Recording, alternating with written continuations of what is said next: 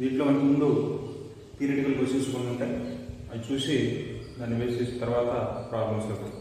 So first question మనకి Newton second law gives the measure of.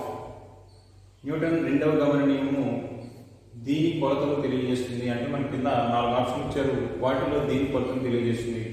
A acceleration, B force, C momentum, D angular momentum. A త్వరణము, బలము, ద్రవ్య వేగము, కోణీయ ద్రవ్య వేగం. సో ఇక్కడ 4 ఆప్షన్ మనకి కింది వాటిలో ఏది న్యూటన్ రెండవ గమన నియమం దేని గురించి తెలియజేస్తుంది అనేది మనకు క్వశ్చన్. ఆల్రెడీ మనకి న్యూటన్ రెండవ గమన నియమం చదివాం.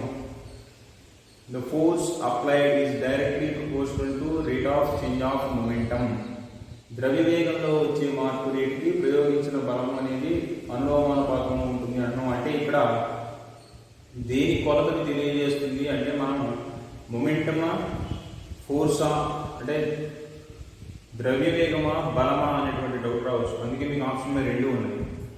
సో ఇక్కడ మనకు తెలిసేది ఏంటంటే మన స్టేట్మెంట్లో క్లియర్గా చదువుతున్నాం, ప్రయోగించిన బలము ద్రవ్య వేగంలో మార్పు రేటుకు సమానం అవుతుంది. The applied force is directly proportional to rate of change of momentum. దాంట్లో మార్పు దీనికి సమానం అవుతుంది. దీనికి కొలత ఇస్తుంది అంటే ఫోర్స్ ఇస్తుంది, అంటే బలాన్ని తెలియజేస్తుంది. అంటే ఆప్షన్ బి అనేది మనకి రైట్ ఆన్సర్. ఎక్కడైనా సరే న్యూటన్ సెకండ్ లా దీన్ని తెలియజేస్తుంది అంటే బలం కొలతను తెలుస్తుంది. కాబట్టి ఫోర్స్, బలం అనేది సెకండ్ ఆప్షన్ మనకి ఇక్కడ రైట్. సో తర్వాత question, inertia of A body as directly depends on. వస్తువు యొక్క జడత్వము దీని మీద ఆధారపడి ఉంటుంది. అంటే కింద ఉన్నటువంటి దాంట్లో దేని మీద నేరుగా ఆధారపడి ఉంటుంది అనేది మనం చెప్పాలి. ఆప్షన్ చూద్దాం ఒకసారి. A velocity, B volume, C mass, D density. So ఇక్కడ మనకి ఎప్పుడైనా సరే వస్తువు యొక్క జడత్వము అనేది ఖచ్చితంగా ద్రవ్యరాశి మీద, మాస్ మీదే ఆధారపడి ఉంటుంది. మనం మిగిలిన వాటి గురించి ఆలోచించాల్సిన అవసరం లేదు. అలా కాకపోయినా సరే ఇక్కడ ఉండి చూడండి, మనకు ఆల్రెడీ భౌతిక రాశులు 2 రకాలుగా చూద్దాం. ప్రాథమిక భౌతిక రాశులు, ఉత్పన్న భౌతిక రాశులు అని.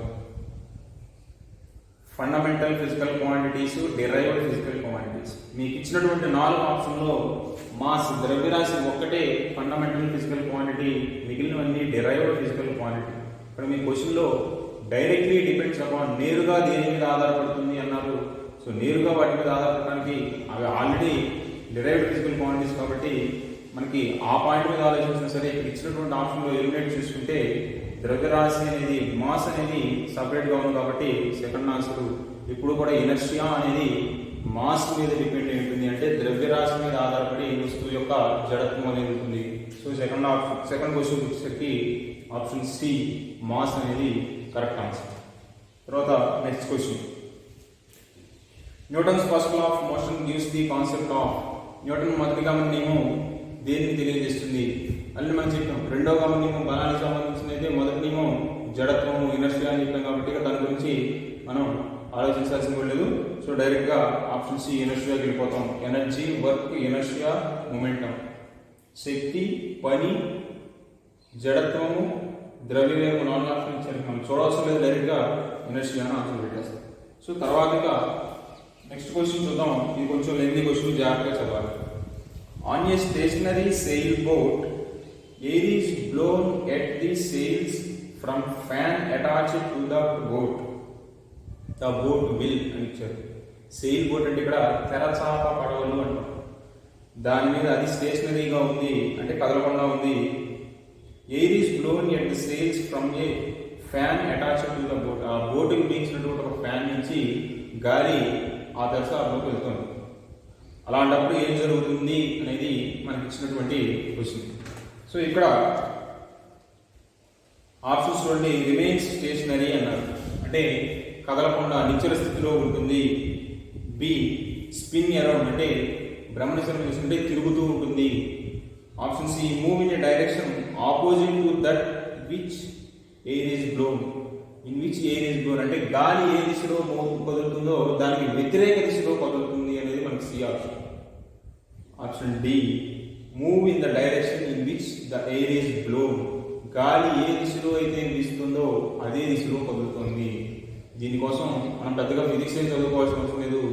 జనరల్గా ఆలోచన చేసిన సరే గాలి ఎటువైపు వచ్చిందో అదే దిశలో కదులుతుంది. కాబట్టి ఆప్షన్ డి అనేది మనకి కరెక్ట్ ఆన్సర్ అవుతుంది. Move in the direction in which air is blown. గాలి ఏ దిశలో అయితే వెళ్తుందో అదే దిశలో వెళ్తుంది, ఖచ్చితంగా కదులుతూ ఉంటుంది. సో ఆప్షన్ డి అనేది మనకి ఇక్కడ రైట్ ఆన్సర్. తర్వాత నెక్స్ట్ క్వశ్చన్ చూద్దాం. A body is moving with acceleration A under the action of force G.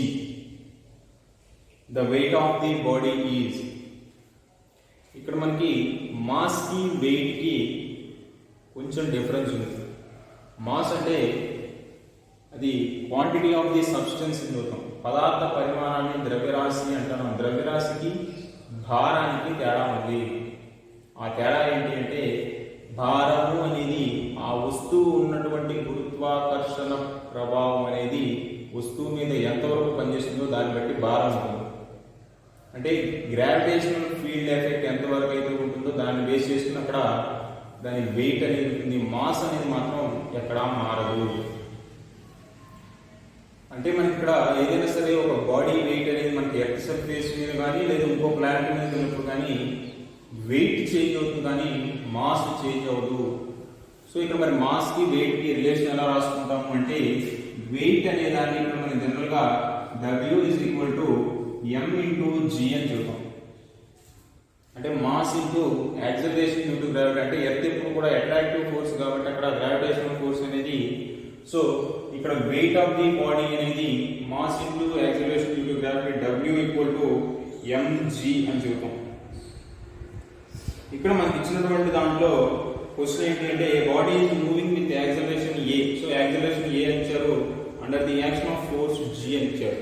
So ఇక్కడ మనకి ఇచ్చింది యాక్సలరేషన్ ఇచ్చారు, అట్లాగే ఫోర్స్ ఇచ్చారు, ఫోర్స్ వాల్యూ g అని ఇచ్చారు. మనకి ఇక్కడ కావాల్సింది ఏంటి అంటే వెయిట్ కనుక్కోవాలి. వెయిట్ కనుక్కోవాలంటే m ఇంటూ g. g అనేది యాక్సలరేషన్ డ్యూ టు గ్రావిటీ. ఇక్కడ ఇచ్చిన యాక్సలరేషన్ డ్యూ టు గ్రావిటీ మనకి ఫార్ములా రాస్తుంది, కానీ ఇక్కడ రాసినటువంటి ఫోర్స్ వేరు. సో దాన్ని అది అట్లా పెట్టుకోండి. ఇక్కడ మనకి ఇచ్చింది g అంటే యాక్సలరేషన్ డ్యూ టు గ్రావిటీ. దీని వాల్యూ మనకి తెలుస్తుంది constant.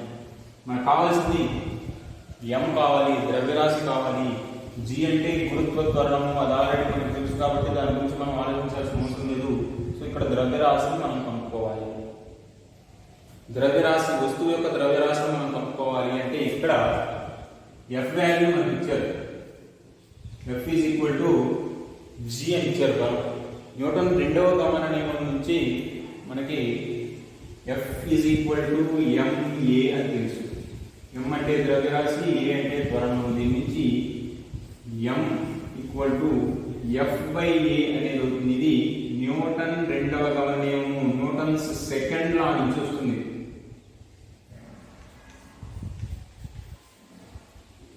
F is equal to ma. So ma అంటే ఇక్కడ m అనేది ద్రవ్యరాశి, a అనేది త్వరణం. సో ఇక్కడ మనం ఈ ఈక్వేషన్ లో మనకి ఇచ్చినటువంటి వాల్యూస్ ని ప్రతిక్షేపం చేసుకుంటే ఇక్కడ దీని వాల్యూ m ఏమవుతుంది అంటే g అని ఇచ్చారు పడం. f అనేది g కి సమానం ఇచ్చారు కాబట్టి దాని బదులు g రాసుకుంటాం. త్వరణం a ఇచ్చారు కాబట్టి a రాసుకుంటాం. అప్పుడు w is equal to ఏమవుతుంది అంటే m ప్లేస్ లోనేమో మనకు వచ్చినటువంటి g/a అని రాసుకోవాలి. అట్లాగే ఇంటూ g ఉంది కాబట్టి g అవుతుంది అంటే g²/a అవుతుంది. ఆ వస్తువు యొక్క వెయిట్ అంటే భారము. అంటే ఎక్కడైనా సరే ఒక వస్తువు మీద గురుత్వాకర్షణ ప్రభావం అనేది ఉంటే ఆ గురుత్వాకర్షణ ఫలితం వల్లే దాని యొక్క భారం అనేది మారిపోతూ ఉంటుంది. అందుకే భూమి మీద ఉన్నటువంటి ఒక వస్తువు బరువు చంద్రుని మీద కొలిస్తే ఇక్కడ ఉన్నటువంటి బరువులో 1/6 ఉంటుంది అని చదువుతాం. అంటే గురుత్వాకర్షణ ప్రభావంలో వచ్చేటువంటి మార్పుల వల్ల వస్తువు యొక్క భారం అనేది ప్రదేశాన్ని బట్టి మారుతూ ఉంటుంది, కానీ ద్రవ్యరాశి మాత్రం స్థిరంగా ఉంటుంది. మాస్ అనేది కాన్స్టెంట్ గా ఉంటుంది, కానీ వెయిట్ మాత్రం చేంజ్ అవుతుంది. కాబట్టి ఇక్కడ మనకి ఆ వెయిట్ వాల్యూని యాక్సలరేషన్ డ్యూ టు గ్రావిటీ గురుత్వ త్వరణం విలువతో కలిసి మనం ఇక్కడ లెక్కించుకుంటాం. So W is equal to mg. దాని నుంచి ఇక్కడ మనం ద్రవ్యరాశి భారం అనేది ఎంత వచ్చింది అంటే g²/a అని వచ్చింది. సో మనకు ఇచ్చిన వాటిలో g²/a అనేది కరెక్ట్ ఆన్సర్.